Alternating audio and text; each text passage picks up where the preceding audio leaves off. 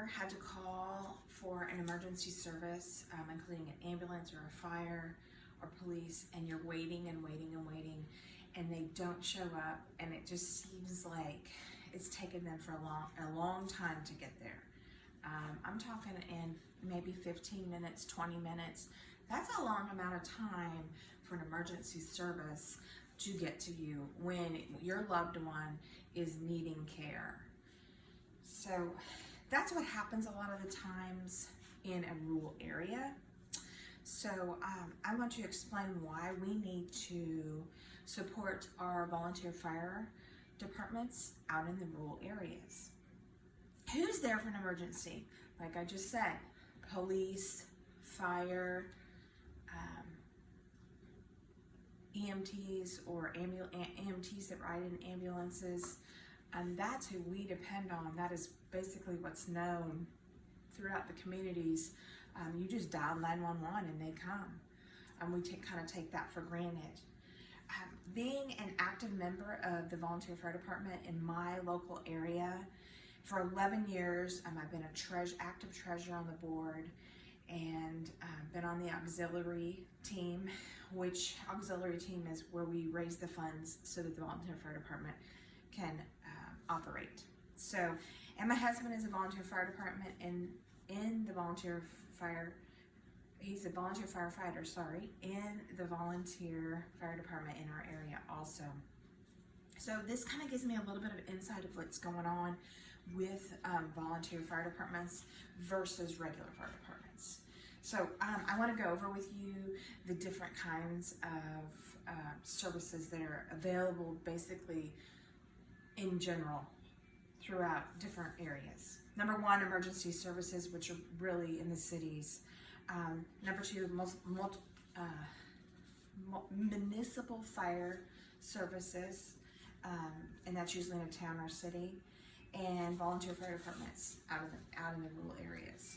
So first, I'd like to go over emergency services. They're in the city. It's in the city environment is where I'm talking about with this. According to Leonard Mastrice, from Director of Research and Programming Development in June of 2016, the cities usually have emergency services paid by tax dollars. Okay, they're ran by city governments, so the police, fire, and ambulances are run by city governments. They work together as one unit to get something done to relieve aid. So if there's a car accident, all three are called in.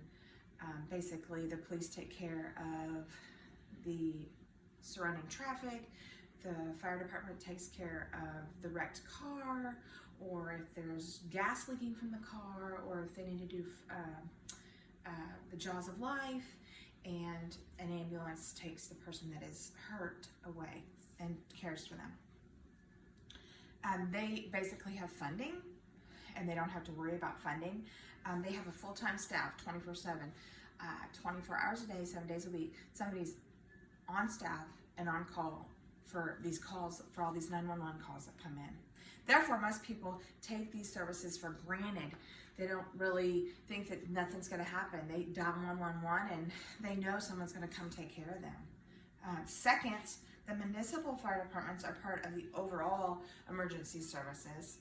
According to Thomas Weishover, Director of Center of Public Safety Management, Washington, D.C., June of 2016, there's the career path for fire departments include, for firefighters in the fire departments, in the municipal fire departments, it's a career, they can make a career path of it. They have pensions and retirement and benefits that they get to take advantage of. So there's training available for these firefighters. It's paid for by the city government and our taxes. The response time is super short, so that's a bonus, a plus, is the response time for a call is super short because they're staffed and they're at the stations ready. And again, fire departments work side by side, the ambulance service and the EMTs to get the call done together. While the municipal fire departments are all paid for out of our tax dollars, there are some fire departments that are not paid out of tax dollars, and they're only paid for through donations from the community it serves. Third, 67% of U.S. firefighters are volunteer. Think about that. 67% of the firefighters in the United States are volunteer. According to Retention and Recruitment for Volunteer Emergency Services in May of 2009, I'm going to give you kind of some background on fire departments. There is almost 30,000 fire departments, like buildings, in the United States. Out of those 30,000, 20,000 of them are volunteer only. 5,200 of them are mostly volunteer. There's only 2,400 of those fire departments that are career / they're half career, so half of them are paid, and half of them are volunteer. And then 3,000 of those, of the 30,000, are career volunteer fire departments, or career fire departments. So that means that they're paid fire departments, or firefighters are paid.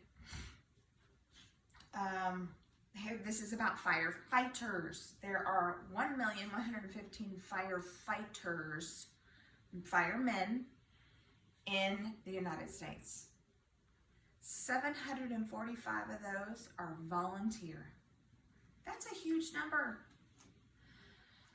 Okay, so another thing about volunteer fire departments is that they're all donation based.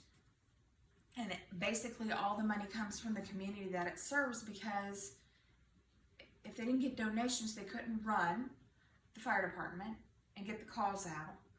And if they didn't have volunteer firefighters, who's going to take care of the people in the community? So most of the community is what is giving them the money. Basically, I know that our volunteer fire department, the budget was $40,000 a year when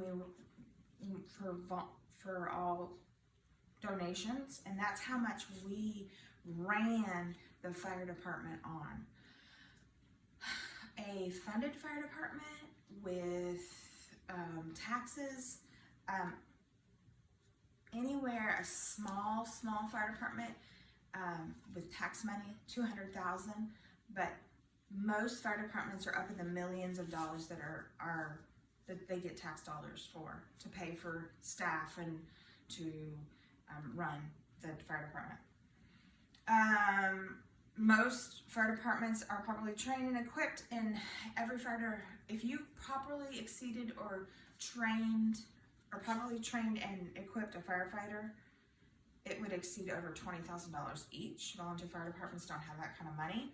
The response time is low. It's not as fast because your volunteer firefighters are at home. So when the call goes out, they get a buzz on their phone. They shut down what they're doing, get in the car, go to the fire department, the station, get dressed, then get in the rigs and go out to the fires or emergency service or emergency, whatever needs to be done. Undoubtedly, the time donated by volunteer firefighters saves communities an estimate of $47 billion a year that saves the communities. Definitely you have to have a heart to serve, and it's a must, but it's very rewarding. In conclusion, I just want to kind of go over what we just talked about. Emergency services in the city have, number one, have ambulance, fire, police, and are paid for by taxes. Number two, fire departments in town and city governments are paid for. The city government's paid for it, and they have full-time employees. But with number three, with the volunteer fire departments, we went over the challenges that they face in getting support funding. People give time and effort to support neighbors. They do what they have to do to get it done because their neighbors are important, and they know if they don't do it, no one else is going to. I want you to think on these statements as I close this speech. In 2019, this is just in 2019, every 24 seconds, a fire department responds to a call. 3,700 people have lost lives in a fire. This is in the United States in 2019. 80% of people involved in fire deaths are in their own home. 80% of people involved in fire deaths are in their own home. 16,600 people reported fire injuries, 1.3 million total fires in the United States. Property loss was in the range of $14.8 million. What does this mean to you? We as a community need to help where we can. And maybe fire departments isn't your thing. But my challenge to you, go volunteer 2 hours a week at your local volunteer fire department. Make it a fun activity with your family.